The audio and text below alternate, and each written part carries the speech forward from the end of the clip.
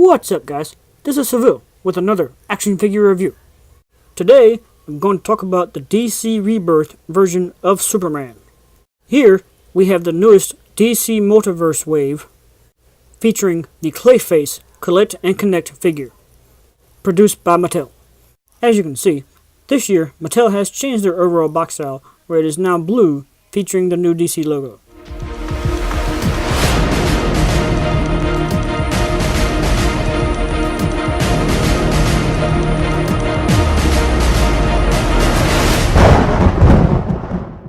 Now that he's out of the box, I'm going to let him take a full spin so that you can see him all the way around. Superman does come with two swappable hand accessories, which have a more flat position rather than a balled up fist. Some recent Superman, and Batman figures for that matter, have started including cloth capes again. However, this one is still a sculpted cape, which is honestly the way I prefer it. I am going to do something a little bit different with this review. As you can see, I'm now displaying the DC Collectibles Icons version of the Rebirth Superman.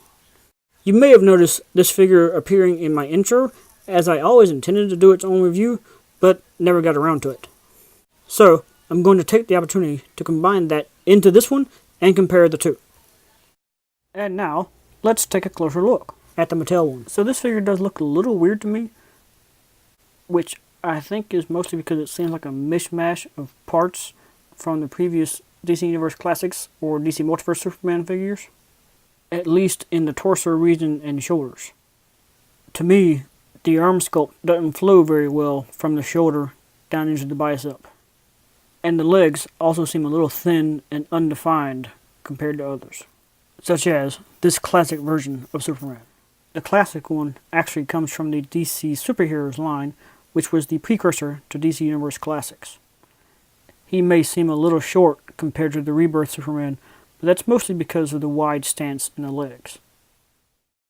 And now, it's time to compare this figure to the DC Collectibles version of the Rebirth Superman.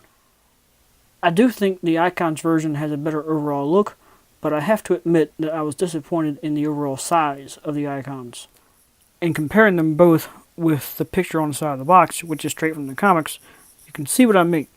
The Icons version, the overall sculpt and the face design looks more like the comic book picture did. The Icons version has a little more detail in the sculpt as well, such as several raised surfaces, such as the S-shield, the wrist cuffs, and the red trim on the top of the boots. The only raised texture on the Mattel one is the belt. And now, let's check out the articulation on each figure. The heads can move side to side and a little bit up and down. The shoulders can rotate all the way around, as well as move outward. Both have full rotation at the biceps.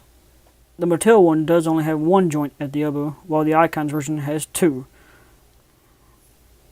The wrist can fully rotate on each figure, but only the Icons has a little bit of up and down movement too.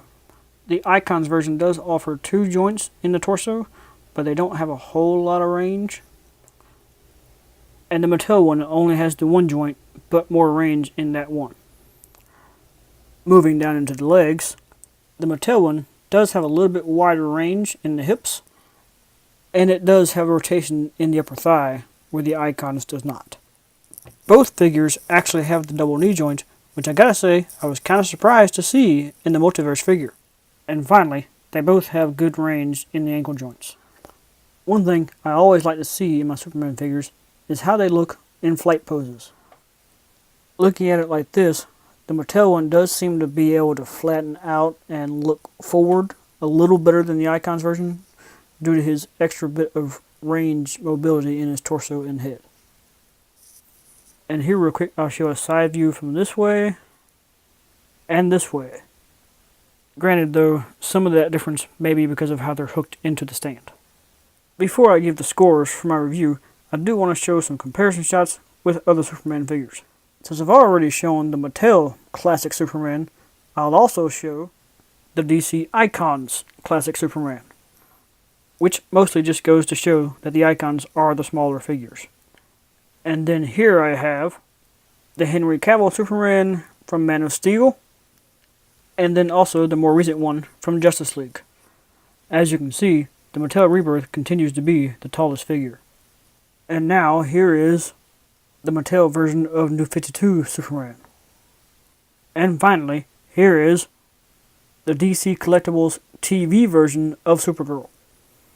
The TV figures are clearly at a different scale from the Icon series, because she is definitely much taller than the Icon Superman, and really close to the same height as the Mattel Superman. So, overall, I'm going to give them both a 4-star rating, but for different reasons. While I do like the look of the Icons figure, he's just too small for me compared to most of my other figures. I like the overall size of the Mattel one better, but I do wish it was more accurate and detailed. In the end, it really just comes down to which of these factors are more important to you. If you want further details on how I gauge the quality of my figures, as well as how I decide my final scores, please check out the link in the description below for the video explaining that information. With all that said, if you like this video, please give it a thumbs up and comment below. If you want to see more from me, please subscribe. Thank you guys for watching, and I'll see y'all next time.